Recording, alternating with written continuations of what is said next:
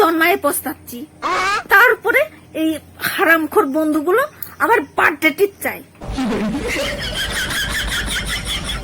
এই বর্ষার সময় ঘর পরিষ্কার করতে গেলে ঝুল কম, মাথার চুল বেরোয় বেশি। যখন চুল পড়ে না তখন মনে হয় কি যে মাজা অব্দি ধুলানি ধুলানি চুল রাখবো, আর যে চুল পড়তে শুরু করে তখন মনে হয় সারা টাকি করে ফেলবো।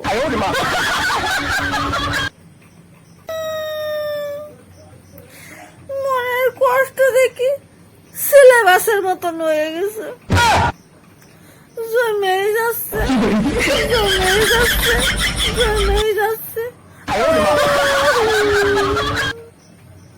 এই যে আপনাদের বলছি, আপনারা একটু ফেসবুক, হোয়াটসঅ্যাপ, ইনস্টাগ্রাম সব জায়গা থেকে একটু বেরোয় যান তো, আমি একটু একা থাকতে চাই। যখন মন খারাপ থাকে তখন গান গাই, তারপর সেই গান শুনে বুঝতে পারি আমার গলার স্বর এই জীবনের সমস্যা চাইতে অনেক ভয়ঙ্কর। একটা বিয়ে বাড়িতে গেছিলাম, গিয়ে দেখি যার বিয়ে হচ্ছে আমি তার মারও বিয়ে খাই আইছি।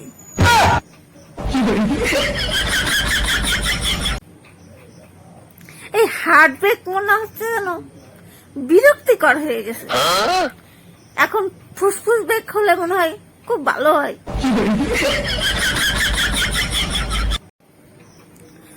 ওই যে পেছনে ঘুরঘুর করা ছেলেটা যখন নতুন সম্পর্কে জড়ায় যায়,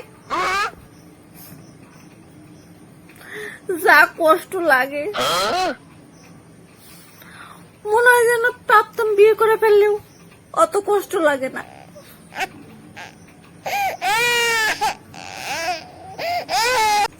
এই যে আপনাদের বলছি আপনারা ধোকা খাইছেন? ধোকা খাওয়ার পরে কি জল খাওয়া লাগে? যদি জল খাওয়া লাগে তাহলে কয় লিটার খাওয়া লাগে একটু জানাবেন তো। প্রেমে ছ্যাঁকা খাওয়া যে কষ্ট, এই কষ্ট কিচ্ছু না। এই পাশের বাড়ির মাংস রান্নার গন্ধ সহ্য করা যে কষ্ট, এ কষ্ট আর সহ্য হয় না। কালকে আমার বরের বললাম, আচ্ছা আর বানাতে গিয়ে থাকলে হয় না? আমার বর কয়, আর বানা, সেটা আবার কি? আমাদের এই টিনের ঘরে চাইতেও অনেক বড়। এই বুদ্ধি নিয়ে কি করে চলে কি জানি। ঘটে গোবর গুলা নিয়ে আইছিল, এই গোবর গুলা নিয়েই মরবে। এর জন্যই বলে ছেলেদের বুদ্ধি গুড়ালিতে। সবার